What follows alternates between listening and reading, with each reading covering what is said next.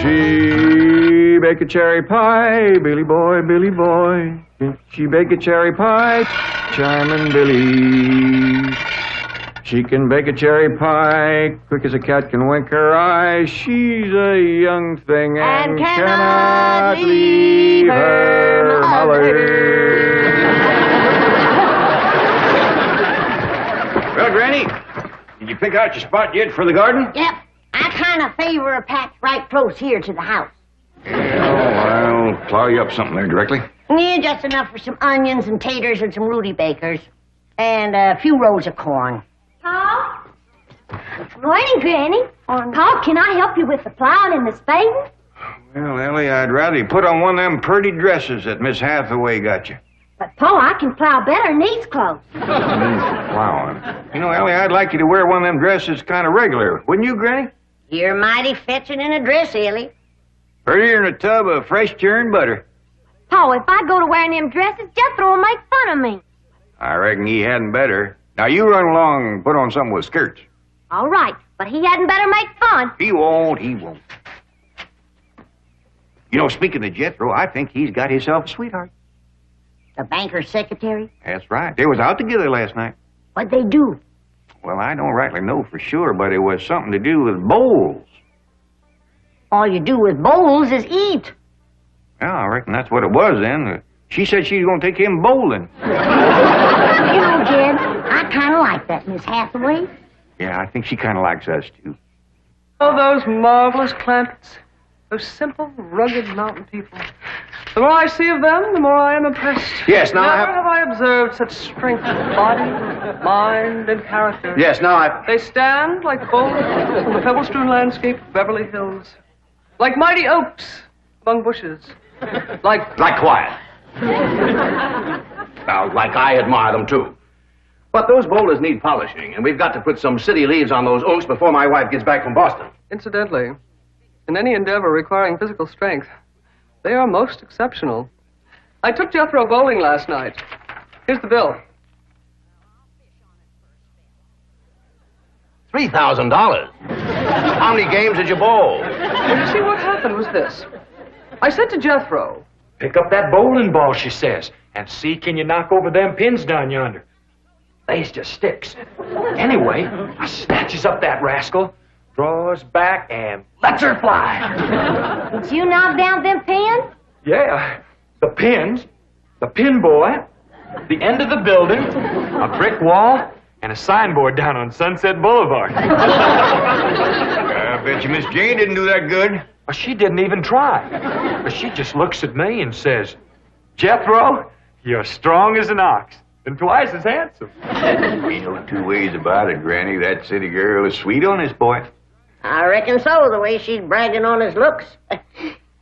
You are handsomer than an ox. Thank you, Granny. Cousin Ellie, you're a city girl now. Do you You think... see there, Paul? I told you this would happen if I took to wearing these dresses. You call me that again, and I'll turn you every way but loose. You say nothing but city gal. Ellie Mae Clampett! Get up from there or you're going across my knee. And Jethro, you're going across mine. What did I do that was so all-fired bad? In that dress, she looks just like a city gal. You did it again! I reckon we better go out there and see she don't hurt him.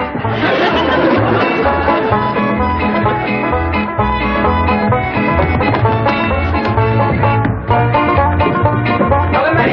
Maybe me! Ellie Mae! Jethro, now that we living in the city, you got to learn to use the steps. You'll be happy to know that I'm making splendid progress with Ellie Mae.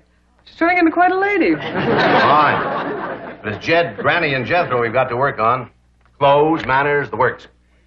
What have you done about servants? That's a problem, Chief. They're basically opposed to the whole idea of able-bodied people letting others do their work for them. Well, that's a refreshing attitude. But we've got to get a skeleton staff in there somehow. A combination butler and valet with Jed and Jethro, who help them assemble a wardrobe, teach them how to... Ravenswood.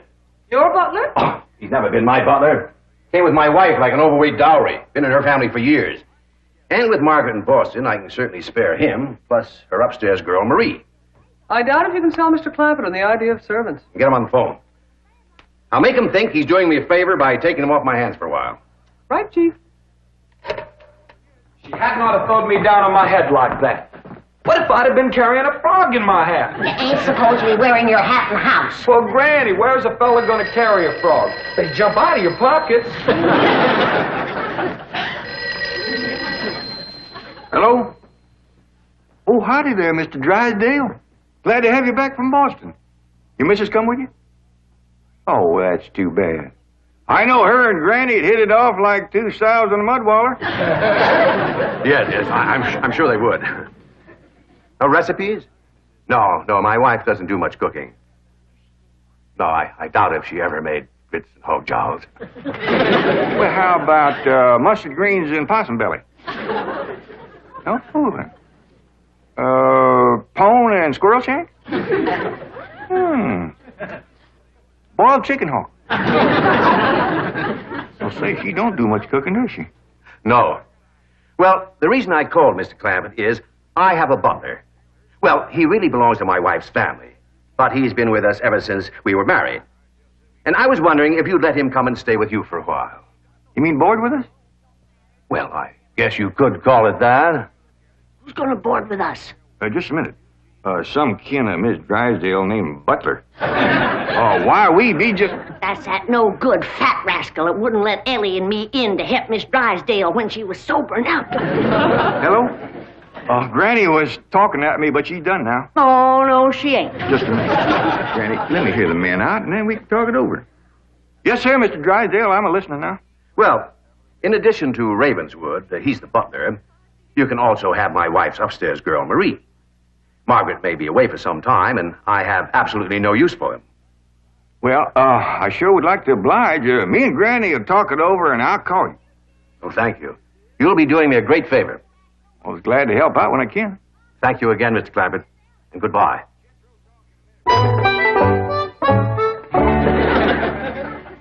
Is somebody coming to live with us, Uncle Jed?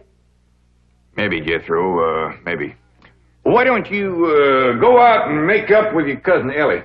Okay, Uncle Jed. All right, Jed. Let's have it. We going to board that butler fella? Well, Mr. Drysdale will take it mighty kindly if we did. He says he ain't got no use for him. I don't like him myself. Granny, you only met him once. Once was enough. I asked him real nice. I said, are you doing for Miss Drysdale that she's feeling poorly? Are you doing the washing and the scrubbing and the cleaning for her? And he looks right down his nose at me and says, Madam, I am a butler. I reckon he is proud of his name. Kind of fancy. Ravenswood Butler. I don't care if it's Stonewall Jackson. And I think Mr. Drysdale has a lot of gall to ask us to take his wife's kinfolks off his hands. Well, now, I'm mighty beholden to him. You know he's keeping my $25 million in his bank, and he ain't charging me one penny to do it. That's his business. You didn't ask him to do it. Well, now, Granny, if it was just Mr. Butler, I might agree with you, but there's a sad side to the story, too. What's that? Well, you've heard of Mr. Drysdale speak of his stepson. That's his wife's boy by her first marriage. The one they call Sonny? Yeah. Well, it seems she's got a girl, too. And there must be something wrong with her. What?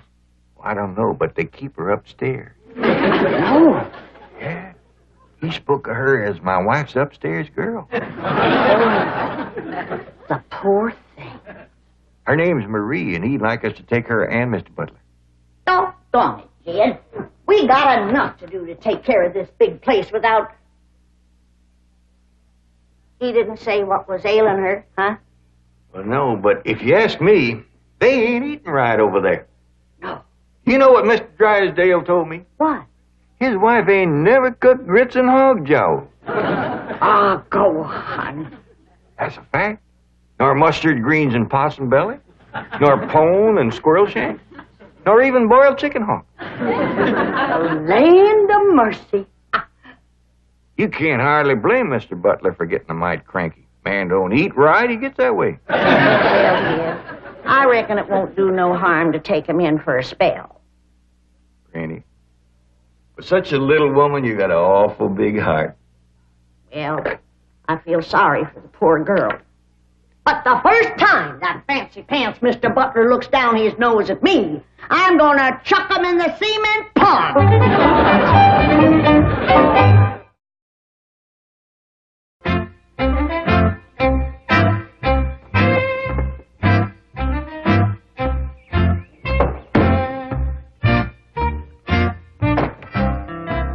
Now, I'm doubling your salaries for the length of time you stay at the Clampett home. But if one word of this gets back to my wife in Boston, you're both out of work with no references. Actually, you will find the Clampetts to be basically fine people. All they need is a little polish. Polish. They need sandblasting. However, I think Miss Hathaway's plan may overcome their initial resentment of wearing city clothes. Yes, I think I have devised rather a clever strategy. To put it briefly and succinctly, my strategy is as follows. I shall propose to the Clampetts that they sit for a family portrait. As you know, my hobby is painting. Now, I shall suggest to the Clampetts that their attire match their background, which is, of course, their beautiful mansion. They will no doubt see the logic of my didactic approach, accede to my wishes, don suitable raiment, and, once they have seen themselves thus attired, take... We're in. Let's go. We forgot to dust the stair rail. I'll do it, Granny.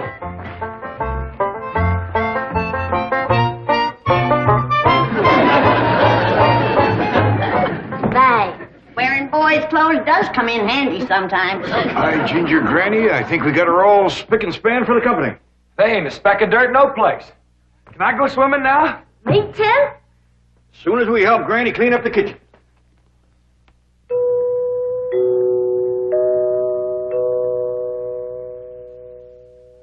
Was that music again? Sure is great. You ever find out where that comes from? Know 'em, Granny. Every single time I commence to looking for it, somebody comes to the door.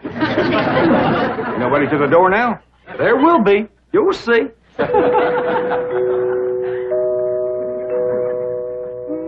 Doggies, that's nice. I'll pitch in and see, can we find it? You're wasting your time. I'm a-telling you, before you can find it, somebody will come to the door. There, you see? Happens every time. Now remember, Ravenswood, I'm counting on you. Don't fail me. You have my word, sir. I've been butler and valet since boyhood, as was my father before me and his father before him. And I've yet to meet the man or woman who posed a social problem too difficult for me to handle. That's the spirit. Howdy there. Remember me, Mr. Butler? No! Ravenswood, come back! You gave your word! Come back, you coward! Come back here! I'll cut off your fringe benefits! Ravenswood probably forgot something. He'll return shortly. Meanwhile, this is Marie. Mrs. Drysdale's upstairs girl. Marie, Mr. J.D. Clampett, Howdy. Jethro Bodine, Ellie Mae Clampett, and Grandma Clampett. No, ma'am. I am a Moses. Pardon? Granny's related on my wife's side. They's the Moses family from Tennessee. Then your name is Granny Moses? Grandma Moses. That's right. There was a very famous Grandma Moses who painted primitives. I've whitewashed a few myself. I'll show Marie to her room. Listen, Marie, honey. Over here, you got the run of the house. You don't have to hide upstairs. Ain't nothing wrong with that girl, but what some good cooking will cure her. She's half starved. Poor thing is so weak her knees keeps a buckling on her. She's kind of pretty, though, for a skinny girl. Just wait till she gets a mess of Granny's grits and hog gels. That'll fill her out. Till I'll get some of cooking. Guess that butler fellow will be coming back directly. Oh, and Granny, can we have some of that salted down possum belly that Ma sent us? Well, I reckon it is kind of a company meal. Granny, open up a jar of them pickled crow gizzards. Now, Jed, we don't want to spoil these folks. They might get to thinking we eat like that every day. Baby, will you do something nice for me? Sure, Paul. Will you go get into that pretty dress again? Oh, Paul, Jethro'll make fun of me. No, I won't, Ellie Mae. Cross my heart. Why, That's my darling. Thank you. And then you be real nice to Marie. She's had a bad life. I'll be nice to her. She's pretty. Let's all be nice.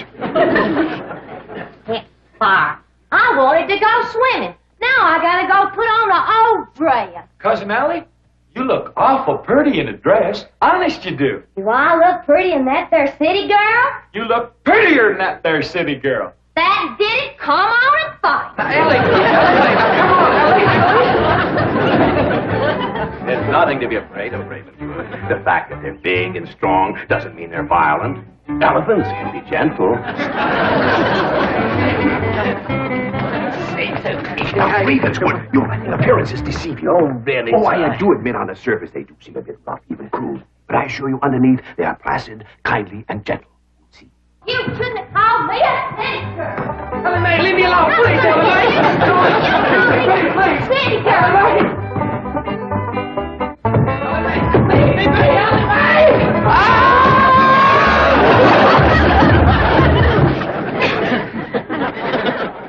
Mr. Butler, don't never say anything nice to that girl. She'll kill you. Come back here! Coward! Come back! You promised! I pondered, Granny, when Mr. Drysdale said he didn't have no use for Mr. Butler, he sure wasn't fooling. I just seen him cut through the brush chasing him with a stick. If Mr. Butler gets sassy with me, I'll chase him with more than a stick. Jan, Ellie throwed me down on my head again. If she don't stop that, I'm gonna get a headache. Stop riling her, Jethro. But golly, all I said was she's pretty. That ain't no call to bust a fella's head. Pardon. Oh, howdy, Marie. Hi, Marie. Are you hungry, darling? No, madame. I'm whopping up something here that'll just set your mouth to watering. Put some strength in your limbs, too. Tell her what it is, Granny. A great big mess of grits and hog jowls. And salted down possum belly. Oh, pickled crow gizzards. How you like that? Don't tell me that child ain't hungry. Why, she's ready to drop in her tracks. Set her at the table and I'll dish up a mess. No, please. I only came in to bring you a message from Miss Hathaway. She's preparing to paint a family portrait, and she wishes to know if you all will sit for her. May I tell her that you will sit for her? Well, yeah, I reckon we'll do that. Merci.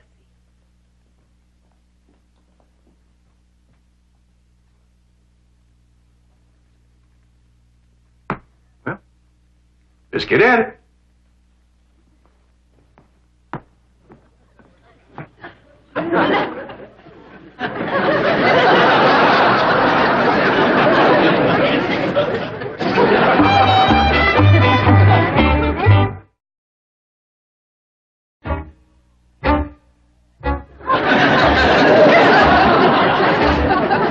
All right to talk while we're sitting. Yeah, I reckon. I found out something about Marie. What? She's scared of Mr. Butler. How'd you know? I asked her to go swimming with me, and she says he wouldn't allow it. What business is it of his? That's what I says. And she says he's a butler, and I'm just an upstairs girl. I got to do whatever he says. We'll see about this. Ah, dingies. Let's hit Mr. Drysdale, find him, and give him a whooping. I'll catch him, Granny. Harry, you go put a dress on like you promised. Uncle Jed, I'm going swimming. If I see him, I'll fetch him in. Don't go jumping in with your clothes on again. Oh, I won't, Uncle Jed. Miss Hathaway, she gave me a present last night. She says it's something special for her to go swimming in. What'd she give you? Oh, pair of trunks. You go swimming in the cement pond. Boy, it's too big to go swimming in a trunk. Ed, In a pair of 'em. I got a feeling that Mr. Butler feller is going to be trouble. Yeah, we can handle him. Well, I still say that I think Mr. Drysdale has a lot of nerve to ask us to board his wife's relations. Maybe he just fed up. Man can get awful tired of having his wife's kin underfoot all the time.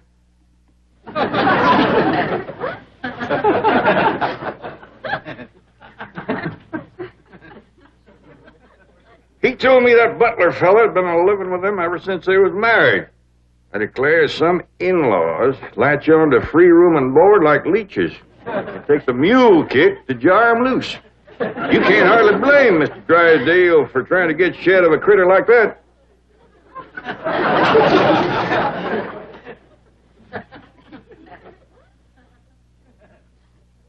Is that the way you feel? You bet it is. I'll see how fast I can get packed. I'll get out from underfoot just as quick as I can. No, Jed. I know when I'm not wanted. It don't take no mule kick to get shed of me. Darnation, Granny, well, I wasn't talking about you. We couldn't get along without you. No, Jed. I'm just a burdensome old woman. No good to nobody. Why don't you throw me down the well? Go ahead, pick me up, carry me out to the well, and throw me in. Stop talking like that. Uncle Dan! Uncle Dan, up there! I caught him. Mr. Drysdale, he gave out, but I caught this fat little rascal. What are you doing? You gonna whip me, Granny? No, Jethro. I'm going to get thrown down the well. Why don't you throw us both down the well together? We're just no good leeches, both. Hush. Mr. Butler, I'm sorry Jethro got it mighty rough with you. He don't mean no harm. He's just an overgrown boy.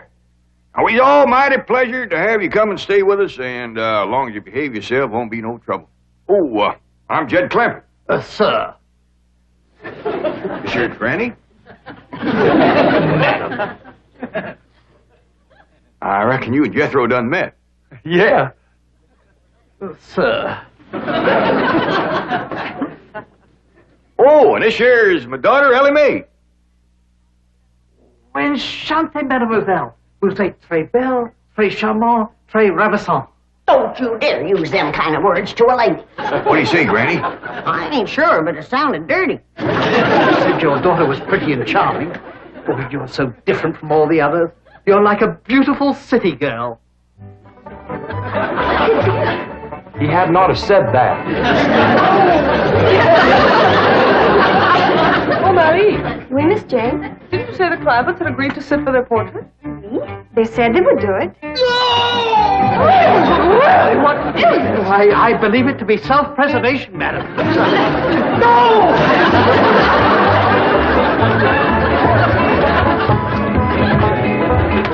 Don't take to the stairs, she'll catch you sure! I say now, let me go now, really.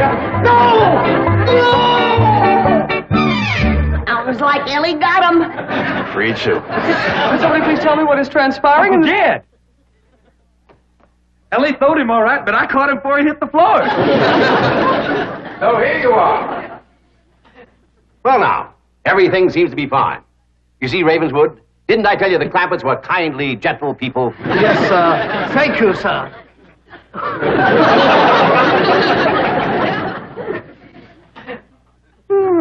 We're going to have to feed up both of them, Granny. His knees is buckling, too.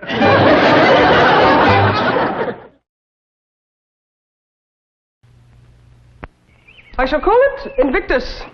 Ma'am? Invictus, you know. Or perhaps you don't. Thank whatever gods may be for your unconquerable soul. Henley. Yeah.